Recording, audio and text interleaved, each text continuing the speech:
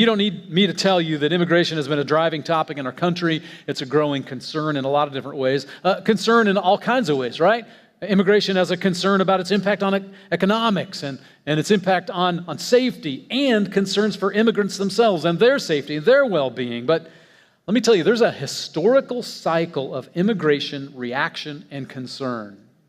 There really is. And speaking of historical, let's look at the story of immigration in the United States. It begins, first of all, with European explorers coming to North America in the 15th century. Then who followed those explorers? Settlers came in. And the settlers were mostly from Spain, France, and England. And North America was seen as this vast economic resource. They came looking for gold, silver, furs, timber, agriculture. And in the beginning, who were the immigrants? Europeans were the immigrants, right? My ancestors immigrated in the 1700s. Early on, the immigrants were trade partners with the indigenous people that were already here. But then by the 17th century, European colonists were setting up settlements on the East Coast, and they were pushing deeper inland, right? So that meant more contact with native people, led to more conflicts, more battles. That continued with the westward expansion and European immigrants and people of European descent becoming the majority population over time.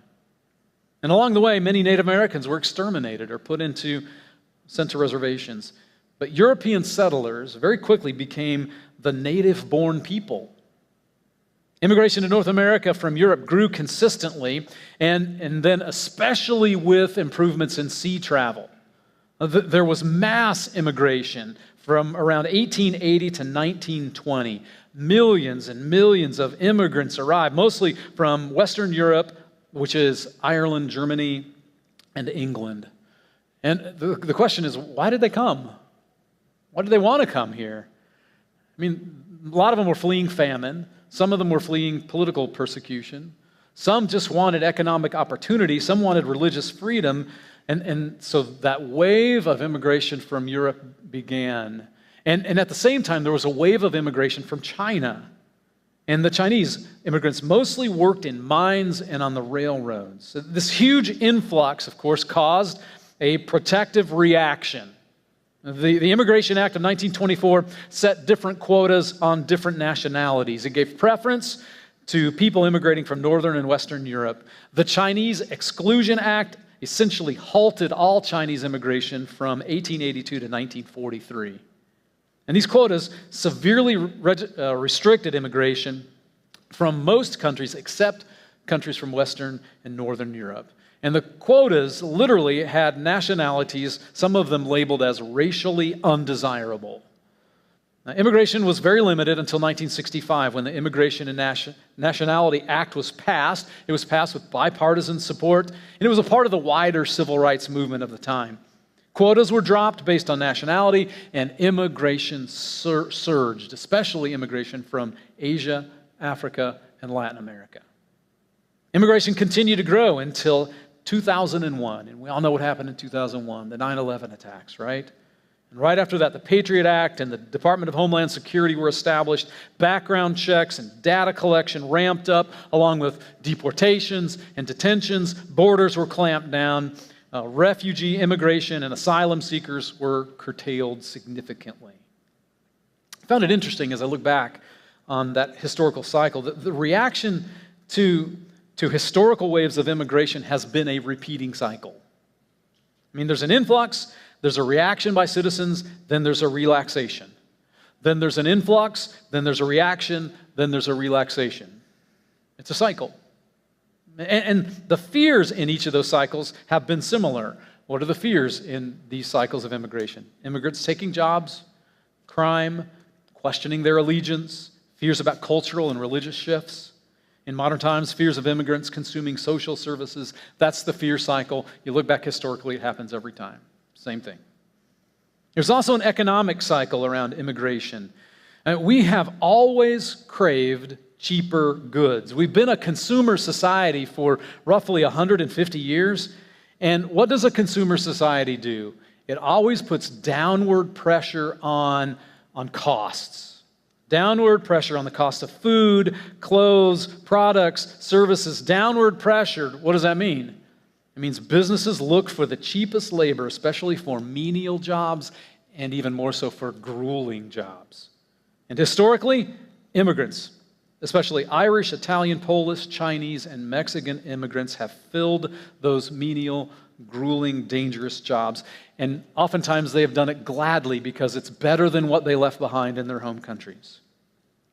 As a consumer society, I could be wrong, but as a consumer society, I believe we've just become addicted to cheap goods and services for a very, very long time. I mean, that's why so much manufacturing was sent overseas starting in the 1960s. Why did that happen? Cheap labor.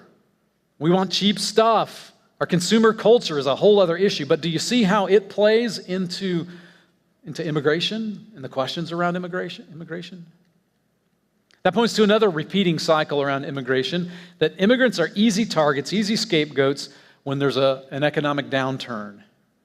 Again, the cycle, you can look back and see it. Every time there's been an increase in unemployment because the economy burped for some reason, immigrants get a target on their backs for taking jobs.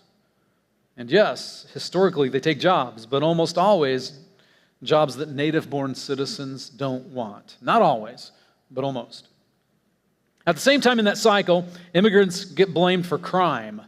So I dug into that a little bit, actually quite a bit. But research by the Cato Institute, which is a very conservative think tank, and other think tanks, have shown that undocumented immigrants are less likely to commit violent crimes than native-born Americans.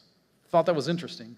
A study by the National Bureau of Economic Research found that immigration does not increase violent crime rates and may actually contribute to lower crime rates. Why?